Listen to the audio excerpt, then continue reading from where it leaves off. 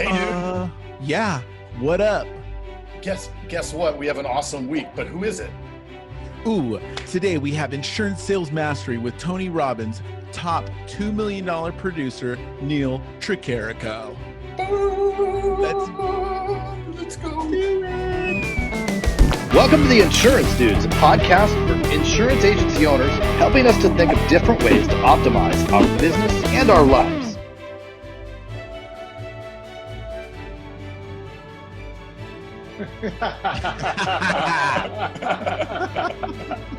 That is awesome. Well played, fellas. I love your face. You're just like, Really good. Yeah. I'm like, Dude. And I got to change my background. Yeah. No, that is the best background ever. Yes. tell him. You know what? He told me this story about this morning. I don't know if you can say. Yeah. Of course, it's no big deal. So I'm on Tony's executive team. We have these weekly meetings, and sometimes I'm on site for him, and sometimes I'm remote. And I usually have a different background or something. And the marketing director sent me this picture and said, "Make this your virtual background." And like people were having serious conversations, and like other people were laughing, and I was just kind of like, "What?" It was funny. It was funny for about half the people. Some of the people were like, they were pissed, like, "Oh, how dare you?" But no, they would hate my background. That's for sure. Yeah, no, it's so good. It's so That's good. not virtual. That's like real. Yeah, no, it's real. Because this one looks, funny. This is my. What the heck? Can you guys hear that noise back there? Yeah. What do you think of the shirt, Neal? That shirt, that's rad. we need to put 9 lives next to it. We just keep living. Well, hey, Jason, it's really good to make the personal connection with you. I love what you're up to. You guys are up to. It's really killer. Craig has had awesome things to say about you. That's awesome, man. I know it's so cool to finally be all connected. Yes, indeed. And your space is so ripe for guys like you and this. It's fucking killer. Oh, thanks, man. Yeah. Now Dude, we have to click the explicit box. Oh, I thought you said you cut all this up and everything. we're getting less into that because the reel is a little bit more interesting sometimes. Okay, cool. And it's just audio though, right? And video.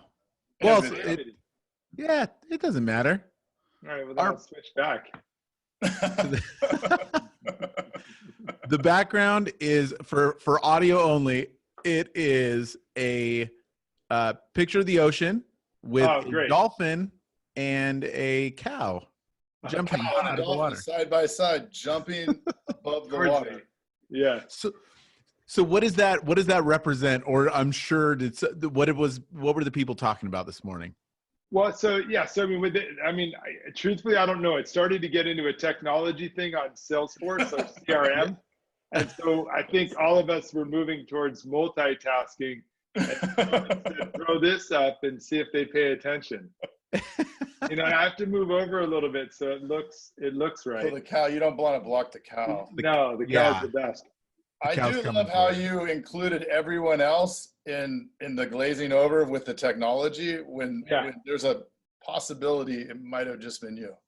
It was funny because you know Brooke, and so this guy was going on and on and on, and then so he's like, "Brooke, like you're following me, right?" And Brooke's like, he's like, "Dude, I lost you like 2 or 3 minutes ago," and I chimed in. I'm like, "Yeah, that means the rest of us have been gone for a good 10 minutes." Yeah. So Neal, dude, tell us about your background, man. And how did you meet this guy? So I've known this guy for a number of years. It's got to be north of 30 years right now. I mean, Craig and I met in elementary school way back in the day. Our parents became maybe more friends. Than maybe even more than because you're older than I am. Actually, dude, it's much more than 30 years ago because I came to San Marino in the 2nd grade, so what's that, like 7 or 8? And our parents became friends through some mutual friends, and the kids just kind of hit it off. And this guy was a crazy mofo growing up. Are we explicit or not? Am I need to be? Yeah, I think the ambiguity is crazy motherfucker. Yeah, this guy's a crazy motherfucker growing up. So I was tucked right in between Craig and his sister. Craig's a year older than me. His sister's a year younger than me. And everybody at school, especially as we got into junior high and high school, knew Craig and how crazy he was and what he was up to. But we just became friends. And then did you date his sister? What's that? Did you ever date his sister? No, I didn't. Did you ever date mine? No. Good. So we have that in common. Yeah, sorry, good. Yeah, but then when we started to really get close is when I went, I was considering going to University of Arizona. Yep, and Craig was out there. And I was actually looking at going to USC. I can't believe it. I want to barf when I actually say that. But my parents wanted me to go check it out. And they're like, hey, Craig's out there. And long story short, I went out there for a weekend, hung out with Craig at his fraternity house. And the rest is history. We hit it off, just been fast friends ever since. And yeah, I mean, that's how we met. That's awesome. And then, So then you guys, friends all growing up, when did you guys decide to do Agency Vault? Yeah, great question. So there were a couple of things that happened before that. So out of our group from University of Arizona, we had this men's group, boys group. We get back together every year at a cabin in Prescott. And I'd been, working with Tony Robbins and Chet Holmes, growing businesses as a business growth consultant. This was before we launched the Business Mastery program, which I'm happy to tell you about. But I went out and Craig was struggling with his insurance agency. A lot of the common stuff like finding good salespeople, finding good LSPs, and selling, right? I mean, what are the number 1 and number 2 challenges of any sales organization? Finding superstar sales producers, and finding them and then training them to sell. And right. So that's my background. I mean, one of my business partners was Chet Holmes. God rest his soul. He's passed on now. But he wrote, if any of you haven't read this, it's the Sales Bible, The Ultimate Sales Machine, How to Build the Ultimate Sales Team in Salesforce. And these are strong fundamentals. And I built my business based on those. And I used a form of an assessment that I've been certified in to work with organizations on building sales forces, recruiting and building those teams, and then also training them to sell. And just, I was watching Craig struggle and, met with him, and we used this assessment to find candidates, to find LSPs, to find producers. And then we trained him just as a friend. And we moved him into one of the top 2 or 3 producers in the Southwest region. And that was super fun. I was glad to do that. It brought us back together. And that's when he had the idea, like, hey, we could do this in a really big way together. That's cool. Yeah. That's really cool. Yeah. So then you mentioned Tony Robbins. So how did that transpire? So that was pre-Agency Vault. Yeah. So Tony Robbins has been ongoing. I mean, I've known Tony now 12 years. I met him in 2007. And what was going on, as many of you can remember, 2007, 2008 was a low point in the economy, right? Entrepreneurs, solopreneurs, small business owners, insurance agencies, the like, people were choking. They were going by the wayside. And I was Deepak Chopra's vice president of sales back then, from 2004 to 2008. And that's originally how I got introduced to Tony. For those of you who don't know Deepak, he's recognized as a New York Times bestselling author on meditation, mindset, balance, things like that. I worked with him as his VP of sales. I grew that business from $1 million to $12 million. And over that course of time, that's how I got introduced to Tony. And Tony's vice president of sales became my mentor. And again, a lot of long stories here, but kind of fun stories. No, that's good. Yeah, in 2007, 2008, when the economy hit the skids, Tony was really like, hey, we got to help these people, right? Because if you know Tony Robbins, if you've studied him at all, he's consulted, 4 of the last sitting presidents. He's recognized. The founder of Salesforce credits him with the success of Salesforce. I mean, he's behind a lot of large organizations. I think many of us recognize him for, personal growth, motivation, inspiration. But American Express has recognized him for the last 25 years as one of the top 2 to 3 business growth experts on the planet. And what he was saying was like, hey, we got to help these small business owners. We've got to help people. These same principles that I'm using in these large multi-million and billion-dollar organizations apply to small business. So let's put our heads together and let's do an event. And so this was the summer of 2008. I was invited to participate in it. He brought in Chet Holmes, the author of Ultimate Sales Machine, and it was freaking rad, fellas. We had 6 weeks, a website, and some radio ads to drive people to come and participate in what was originally called the Ultimate Business Mastery Summit. And this was going to be a 5-day event where we were going to work with these business owners to give them the mindset and the strategies to turn themselves around, to flourish in the winter, to take advantage of these down times. And it was an amazing, epic event. If you have an opportunity to Google it, it was quite transformational. It was only intended to be a one-time thing. And out of that, the Business Mastery business unit and Business Mastery program was born. And it's the Business Mastery is Tony's world-class program for business owners and entrepreneurs to grow their business. And I'm a co-founder in that program, helped launch it. I've been involved within it for the last decade. And it was during that time that I overlapped a bit with Craig, but I'm still involved with Tony Robbins. I'm on his executive team. I lead the team of reps that bring people to unleash the power within. But I too, like Tony and so many in our organization, are entrepreneurial. And so this started out as I don't want to say favor, because Craig's my boy, he's my brother. I wanted to help him. And then we realized, well, fuck, we could help everybody in this space. And from there, Agency Vault was born. And it was a fun time because we were able to take my background, my expertise, Craig's experience and track record in the insurance space, and really simply build out a framework, what we call the 7-step trusted advisor sales framework. There's no bells and whistles or silver bullets or secrets. It's common sense. But when you install and implement these common sense strategies in their right order, some really extraordinary results can happen. But we can't train ducks to be eagles, right? So we've got to get the right people in there. We hear this all the time. We got to get the right people on the right seat in the bus. And it's not coffee for closers anymore.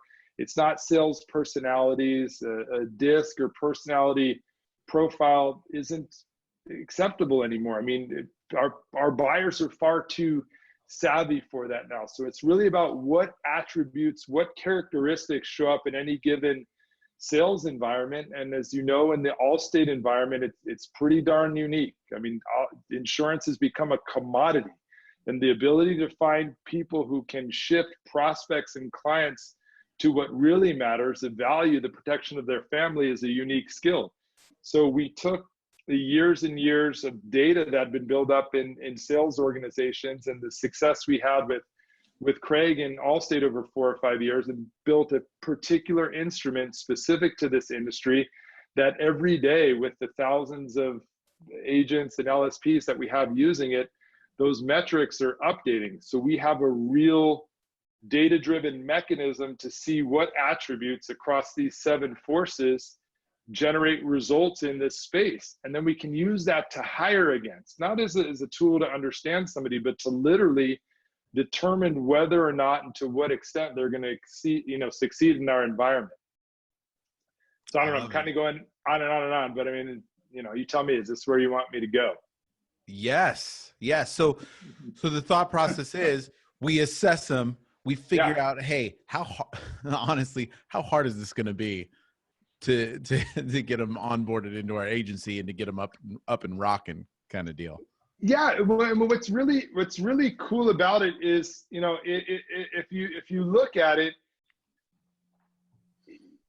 it shouldn't be that hard, right? I mean, there's really 7 steps to this whole process. And, if you can understand how to implement those steps in your environment and to what extent those steps and somebody's ability to execute on those steps produces results, then you're able to hire against that, right? So we get so caught up in, what we need somebody, right? So, I mean, I don't know if he's ever gone through it over this, but I mean, it's really straightforward. I mean, the 7 steps are as follows. Before we even get involved in the sales process, we've got to prepare, right? We've got to understand what our outcome is for that call. We have to focus on that call. We have to focus on the outcome of that call, which is to deliver results for these prospects. And in order to do that, we need to shift our focus. Step 1 is shift your focus from our needs, which is to sell insurance, to hit our quota, to provide for our family, to theirs, right? So we've got to move away from our preoccupations and be prepared in a mindset. Sales is 80% mindset, 20% strategy. These 7 steps are the strategy, but one is our mindset has got to be focused on them, right? And then we get into traditional sales steps like establishing rapport. But not some old bullshit rapport by going on a LinkedIn and seeing what college they went to or talking about local things happening in the, in the city or with the local teams and things like that, but like true rapport. And we need to spend an abundance of time here, not a little bit of time. Studies will show 40% of the sale is made through connection. People buy from people they trust, not the product or service, right? Yeah. And then step 3 would be diagnosing needs. We need to understand what it is this person is looking for before we can pitch or offer them insurance or anything like that. That's 25% of the sale. So in the first 2 steps, if we've nailed that, or the first 3 steps, that's 65% of the sale. And when we've executed a specific questioning strategy to uncover what matters most to them, then we can earn the right, the permission, if you will, to go pitch our service, right? And that's step 4, where we build value, right? And this is where we're able to articulate the value that's going to make it worth investing. What are they actually buying? What are they doing, right? What are they getting for their investment? And then if we've completed those 4 steps well, we don't have to close. In traditional sales, the next step would be, we ask questions, we pitch, and then we close. In our world, we diagnose needs, we offer value. If that value is a fit, step 5 is creating buy-in. That's where we literally ask the prospect, why is this something you must do? And when you've done this well, the prospect will articulate in her own words the value that'll make it worth investing. Well, I understand now, going through this whole process, I'm short in my insurance. If I were to get in an accident, or my daughter were to get in an accident, I'd have a gap there, and that would put my family and my assets at risk. So now they're talking about why they must move forward with it. Then the rest is easy. We're not closing them, we're enrolling them. We're signing them up at that point. Step 7 is writing policies. So we're moving to that. It's a really powerful approach. And then step 6 is overcoming objections, which we only need to do if we haven't done steps 1 through 5 well, because objections mean they don't understand something. It's an opportunity to close the gap on something. So, it's taking fundamental steps. These are all common steps, things. We've all been taught them in one form or fashion. These aren't secrets or silver bullets, but Tony talks about this all the time. When success loves sequence. If we do them out of order, then we're closing, then we're selling, then we're pitching. It's not that you can't enroll people at that point, but it's not effective. And so I don't know, circling all the way back to your question about hiring, Now, if we know these 7 steps, and that's our framework, nothing more, nothing less, every possibility that we have to be able to enroll someone is going to fall into one of these 7 buckets. Now we have a framework to recruit against. And this is where that sales strength identifier comes in, because now our clients in the insurance space, when they're recruiting LSPs, you know, they're doing the ads and everything like that and asking for a resume, but we're not even looking at that. Somebody must complete their sales strengths identifier as a first step. And what that gives the agency owner or the recruiting manager is a clear roadmap of somebody's strengths and weaknesses within each of those 7 categories. Now, I want to be really clear. There's no perfect assessments. Nobody's 100% at all 7 of these. But some of these steps are trainable, right? Like asking questions, right? Other things like building rapport, overcoming objections, asking for the order, they're innate. So if somebody's low, if they don't meet the necessary threshold in those, you don't even bring them in. You don't even invite them for an interview. Don't waste any time. Just send them a nice rejection letter. Don't bother with it. But if somebody meets that minimum threshold, now you use that assessment and an interview guide that we've created to not ask them about past performance and have them sell you on why they're so great because you need somebody, but actually role play with them. You know, Chet Holmes was a master at this. He called hot seat. Put people into the situations that they're going to be performing in.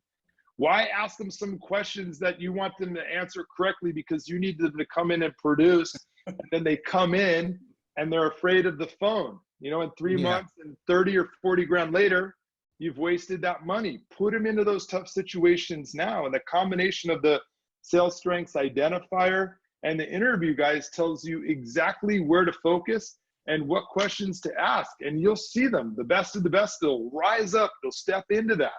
You know, others, they'll wilt, you know, and it's just you and they are kind of looking at each other because it's pretty obvious they're not going to be a fit. And you've saved them time and money too, because it's pretty stressful to be at a job that you're not good at, right? Yeah. So, I mean, that's the real gist of where we've shifted the game. And then when you bring these people on, or you have your existing staff and you have them take it, it becomes a training mechanism. You're not training everybody on everything. You're focusing on these gap areas, the trainable areas of improvement, so that you can raise the productivity of your LSPs. That's awesome, man. So building that, I mean, how long, I mean, you guys spent a lot of time on building that, obviously implemented it into Craig's agency, which obviously had great results. And then, but like even building that, taking all of your past history, what were the biggest influences to creating that? Where did it come from? Yeah, sure. You know, great question. I mean, I'll be vulnerable and real with you. You know, it's fascinating how it came about. I mean, it's not something we put together overnight, over months. I honestly, like this is my life's work, right? So I mean, I've come up as a top earner, a top sales producer.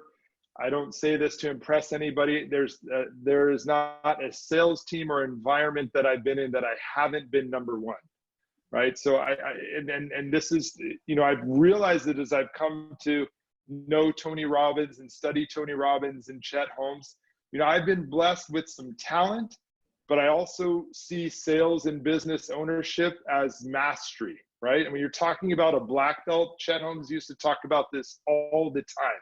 You know, it's not about doing 10,000 moves. I mean, he would start the seminar with these karate kicks and things. It's about doing 10 things 10,000 times, right? And so that's all I did was I studied sales. And when you're studying Tony or Chet or, you know, even some of the other guys, the Cardones, I mean, the reality of it is there's no new thing. Right? The sales is highly fundamental. These 7 steps of our trusted advisor process, they exist in nature.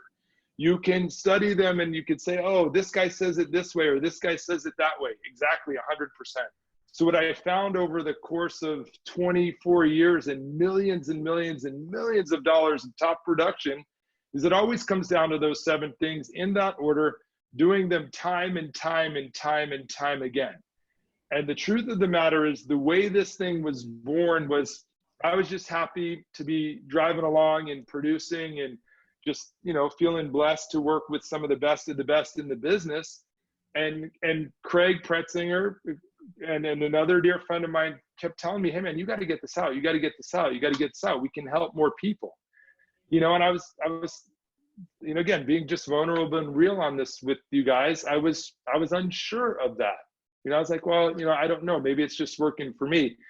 And I think the linchpin of it all, the glue was, I knew my results spoke for themselves. They were non-debatable. But once I started to get fluent and certified in these mechanisms, once the data started to prove out that I was, and once we started using the early versions of this assessment and putting it out into the entire population, and then see the people that we worked within those gap areas, I believed. It wasn't selling my talent or my belief or my magic formula. There's so many bullshit $1 million masterminds formulas out there. Yeah. This was just saying, hey, here's things that are fundamental that exist out there that everyone teaches in some way or another, but we match data to this. And when we started to see it initially with Craig, because it wasn't me just teaching Craig to be me. Craig isn't me. Craig is the top producer in his field, and in some areas he's grown well beyond me. But much in the same way I've learned from Tony and Chet, and I'm not Chet, the results of the data said, fuck, we have something here. And now all we need is to get in front of people, though, who are willing to do it. Because my son takes karate, and above the sign there, he's working on his junior black belt. But from day one, the sign above the mirror there says, a black belt is a white belt who never quit, right? So you could sit back and you can watch videos at YouTube and listen to talking heads inside and outside of this space about how they do it. And you're just learning, okay? Knowledge isn't power anymore. Taking fucking action on what you're learning is all that matters. And taking consistent action on it. Not, there's no there. It's not, okay, I understand these 7 concepts, here I go. And then people come back and they're like, they quit their memberships or they stop and they're like, well, I'm not getting results anymore. Well, are you doing the same things? Well, no, I learned it. I understood it. Bullshit. It's not about knowing it. Like, I'm going to be doing these same 7 things, 10 million times before I die, because I love them and I love the impact they have. And so I really want to thank Craig, because I just would have been an individual contributor who's been blessed to work with some of the best on the planet. Now I'm in fact participating in transformations of thousands of people's lives just by doing this. Your screen froze at the best point, by the way, and it's a great. But can you hear me at the same time or no? We can hear you. No, I can hear you. Yeah. Okay, cool. Yeah, because I'm blowing up over here, but it's all good. I don't know how to turn That's off. Such a good picture. So here's a question. And, so you're a salesman, right? Yes. What are your numbers? Like, what are you doing right now? Well, I don't sell as much as I used to. But my best years were 2 million, north of 2 million.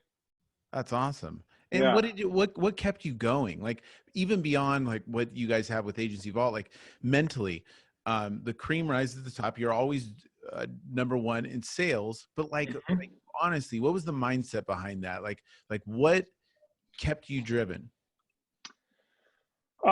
For me, it's raising the bar of what's at stake. And again, Tony talks about this a lot. I mean, so much of the important stuff I've learned from him. And when we talk about raising the bar of what's at stake, it's a driving force that's greater than the sum total of the work or making money, right? So for me, it's twofold. Number 1, first and foremost, it's about my family, about making sure and ensuring we can do everything we could possibly want in our lives, right? And that drives me literally to the ends of the earth with these programs with Tony and things like that. And then in terms of the day-to-day grind, it's just the desire to be the best. I mean, once you've made it to the top, it's like I don't ever want to not be at the top, right? And so, and then a couple other reasons. My passion, this is my love. I mean, other than my wife, my children, and maybe Craig, there's nothing I care about more. Like I love this. You know, when you study black belts, when you find people who are in their purpose, or what Tony calls their dharma or purpose in life, you see that they're in this flow. There's nothing, you know, I love or enjoy more than that. That's awesome. Yeah, thank you. Give us a tidbit. What drives you nuts about Craig? Hot seat. Yeah, hot seat question. Yeah, so much like any of you who are married, unfortunately, there's not enough time left in this podcast to lay out the list. You know what drives me nuts most about Craig are the things that I love about him most, because he's so opposite than me. He couldn't be more opposite. So, you know, this is where our partnership is tremendous. Again, I literally just want to do the same 7 things 10,000 times. Craig wants to do 10,000 things. In sales, he's trained himself to be a black belt, but in business, he's trained himself that he understands the need for consistent and strategic innovation. And this world is moving faster than it ever has. So he pulls these shiny objects out of the sky, and every 5th or 6th or 10th or 20th one is fucking rad. Yeah. And we jump on that and we co-create and do stuff together. But the ones in between, I'm just like, yeah. I knew that was going to be the answer. Yeah. That's the same thing with me. Like, that's why Craig and I get along so well, is because just like the cat, right? Yeah, exactly. That's the picture. But you know, without that, I don't know. It just would be different. I'd probably still just be, you know, producing and minding my own business. What was the best? So you've been around some really awesome people. Mm-hmm. What was the best piece of advice that just maybe changed your life, or maybe changed a part of your life, or kind of took you down a different turn? That's the number one piece of advice. The number one piece of advice. This is a good one, and Craig hears this one from me a lot, and it's true in all aspects of my life. And I want to honor my dear friend and mentor, Craig Lashansky.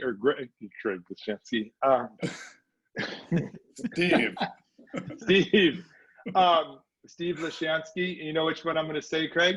I do. Yeah. Being right. The 6 Ps? Right.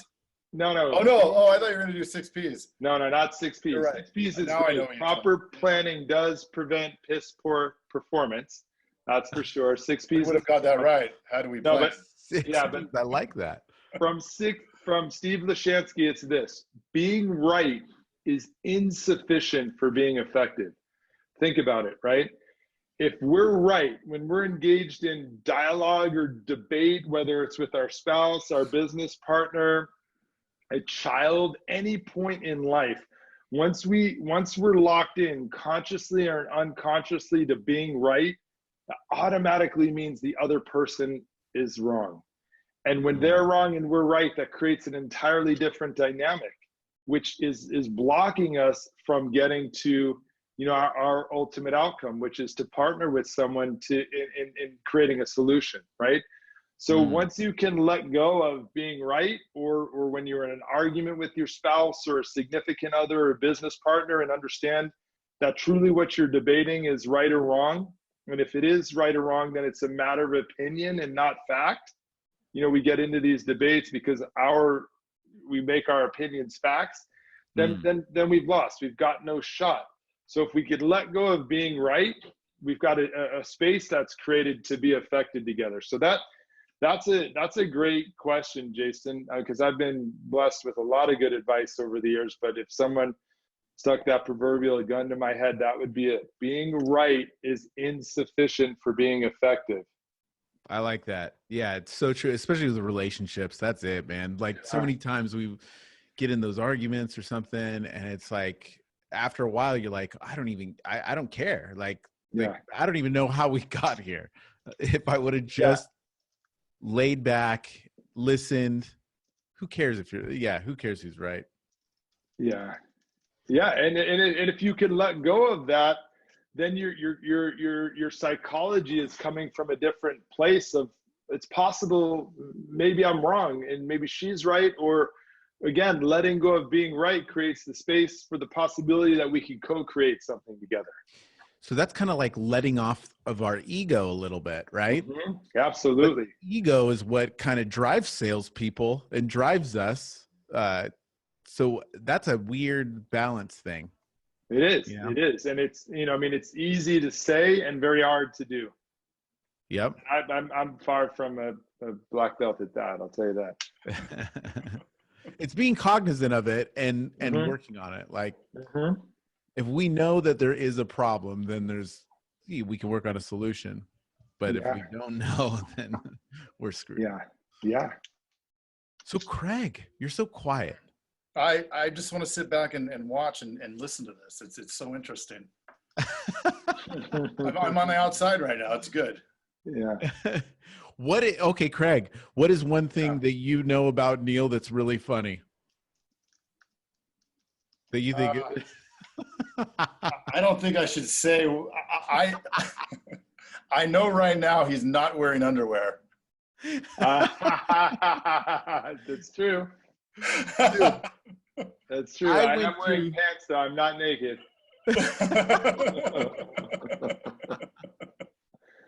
I do my best work naked, though. I didn't wear underwear for years. Finally went back to the old tighties. Yeah. Now I'm used to having my boys secure. Yeah. True story. I don't know if we'll keep that. Neal, what is a question that when people do talk to you that you wish they would ask you or that they should ask you? What should we ask you? What should I ask you?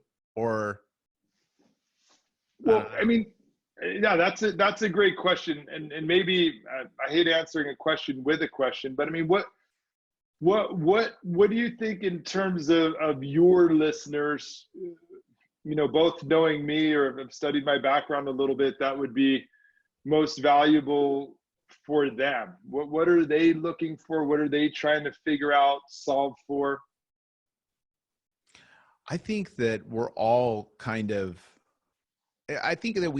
know one thing is that we're all trying to, it's almost like you get into this habit of putting one toe in, like to your point of, you can know all this stuff. I mean, I have a problem with I'm addicted to learning stuff. I love learning stuff, but the implementation, it's almost like you get so used to that it takes up a lot of time and you dip toes in and you don't just dive in. And I think a lot of agency owners have that problem because we kind of have the opportunity. We're in a situation where we can be lazy at times.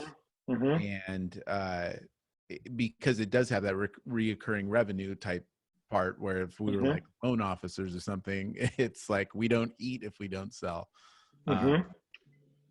What I think for you, knowing that with your background with Tony and stuff, mindset, how do you kick yourself in the butt? What's the best advice on that stuff?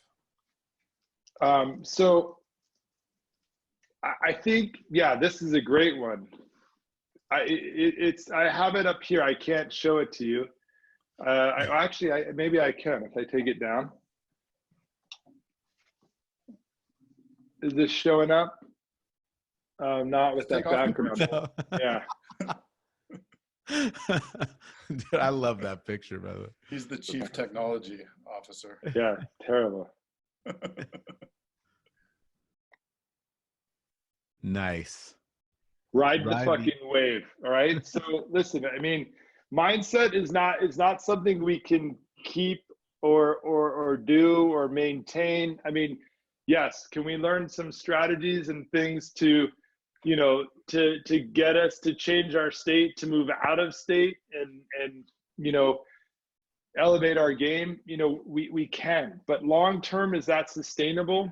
You know, it's not. You have to have a strategy, something that you can come back to. You know, I use this analogy all the time and in sales and in life, but it's like GPS is such a tremendous example. That app on our phone, or, you know, the nav in our car, it literally, it doesn't work without an address. It doesn't matter that you know how to drive the car, to press the gas and brake and make left and right turns. It does not matter.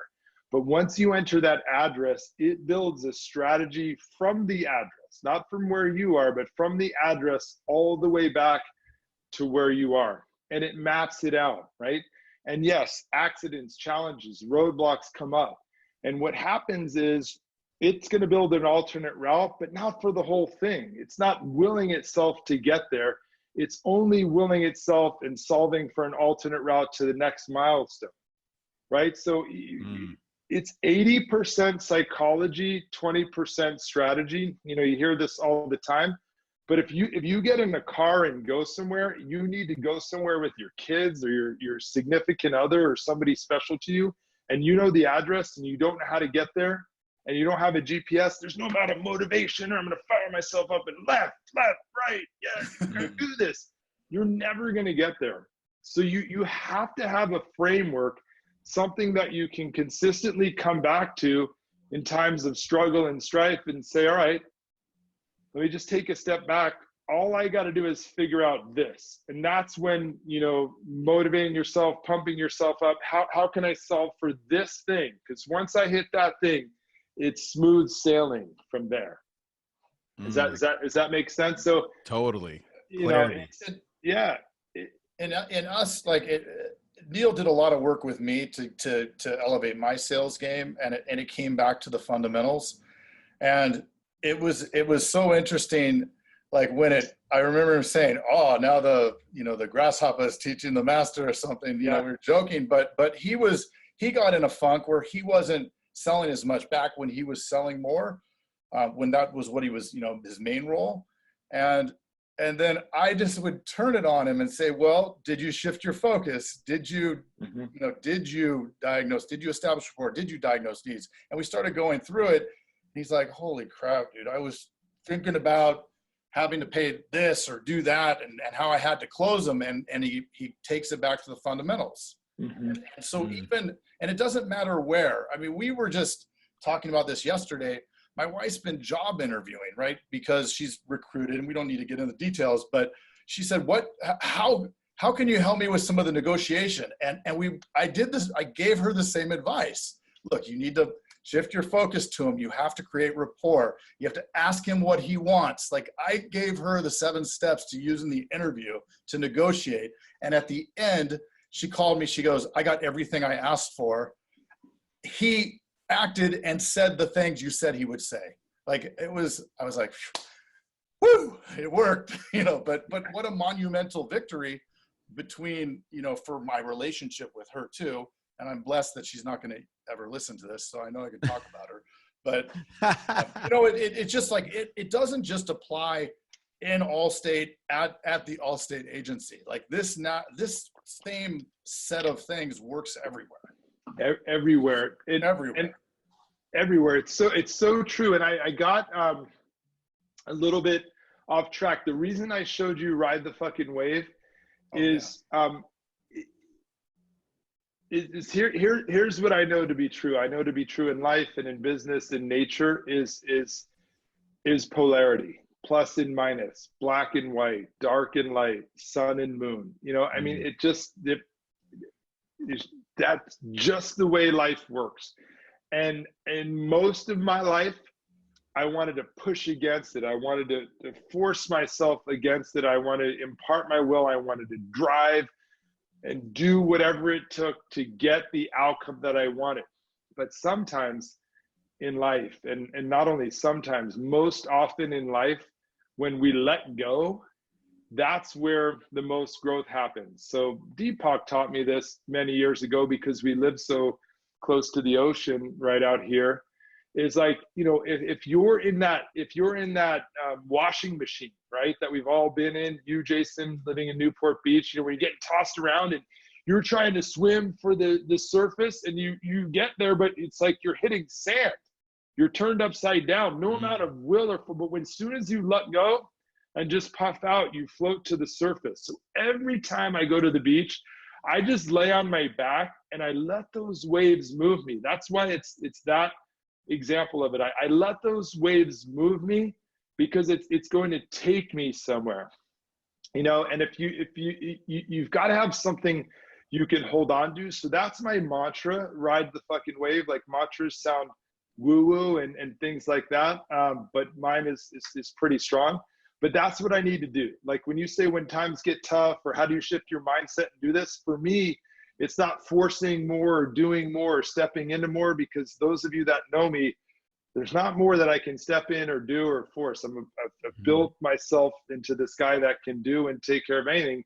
So in difficult times, it's actually more the letting go. So ride the fucking wave is my mantra. That's the piece I need to get back to in times of struggle. But I've also created an example of it. People talk about, what's the word I'm looking for? Like a representation of it. I've chosen Arjuna.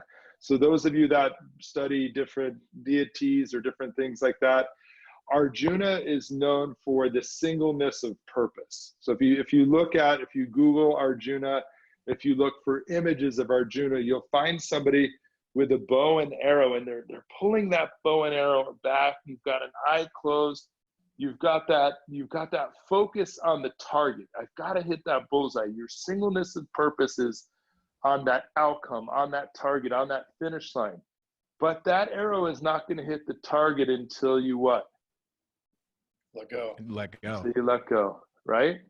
And once you let go, the rest of it is out of your hands. Everything you did to prepare, to be certain, to get that outcome in 4K, laser beam focus, you're zeroed in on it.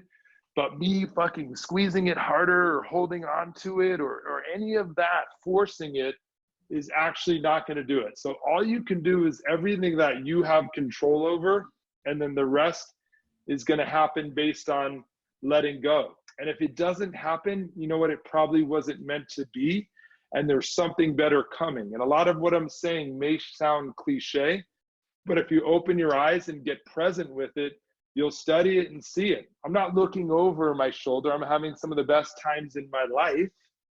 So I'm not waiting for the next worst times, but I know some of these best times were preceded by difficult times. So I'm just aware that not everything is always going to work out, but frustration precedes breakthrough.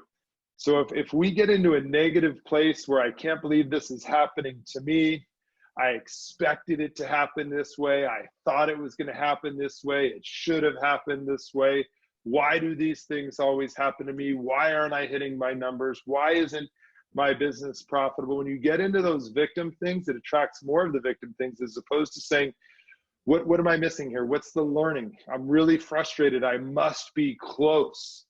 You know, I'm getting closer. I'm getting closer. And when you make those shifts, that sun is going to rise again. I mean, you know, it's crazy, but it always does. But if you're always looking for the dark, you're going to find that dark. So when I get into difficult times of challenge or strife, it's not a thing or a do, and I'm like, okay, here we go. You know, it's recognition, like, oh yeah, I'm opposing my will, I'm forcing it, and I need to step back. I need to take my feet off the ground. I need to float and see where this thing takes me, and then focus back in on what I want, pull back, and just let it go.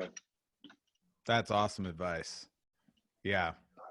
I think a lot of times too, we focus on things that we can't control. It's like it's like in sales, and we always tell our salespeople, it's like, dude, make the numbers of calls. It's all a numbers game. Make the numbers of calls.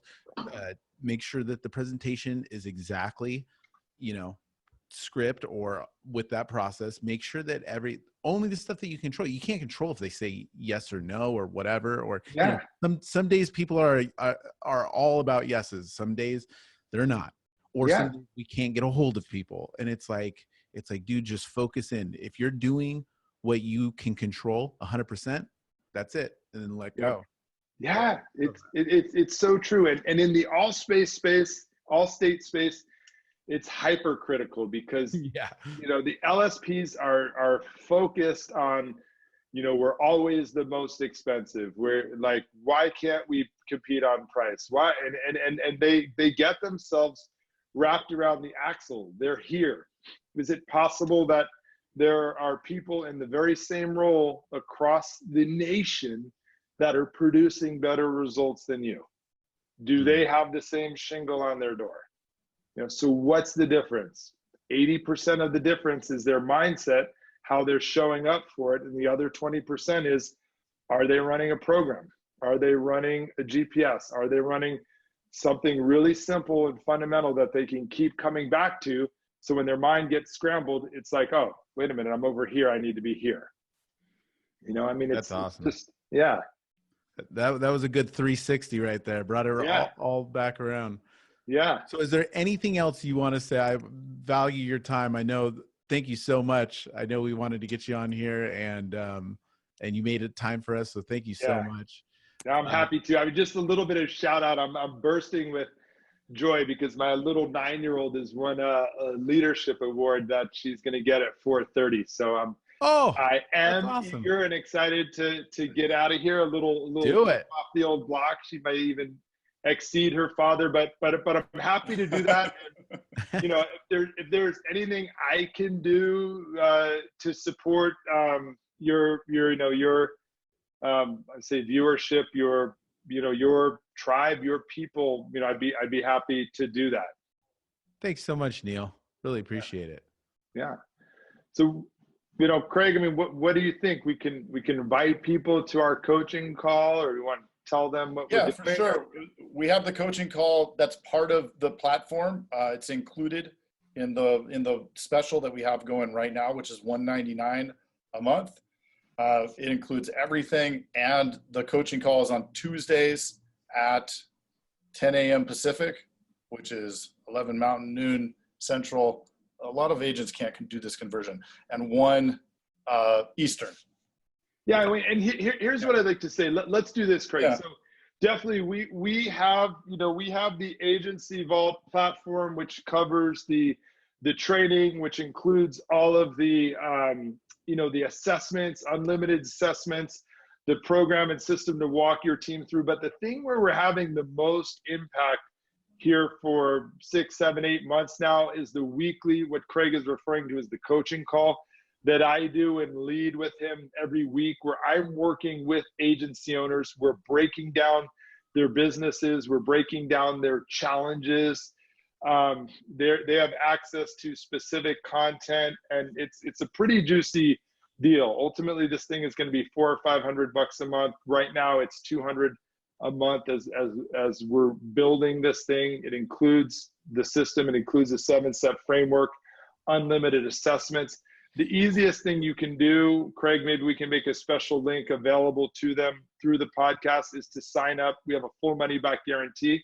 But what I invite you to do is, even if you just aren't ready or don't really understand what we're talking about on this, is we'd be happy to invite you as a guest to come and participate with us on any of the upcoming Tuesdays. So maybe there's a way that they get in touch with you guys through this podcast. I'll drop Daniel's link in there, and they can schedule a time, and then he can set them up. Great. Awesome.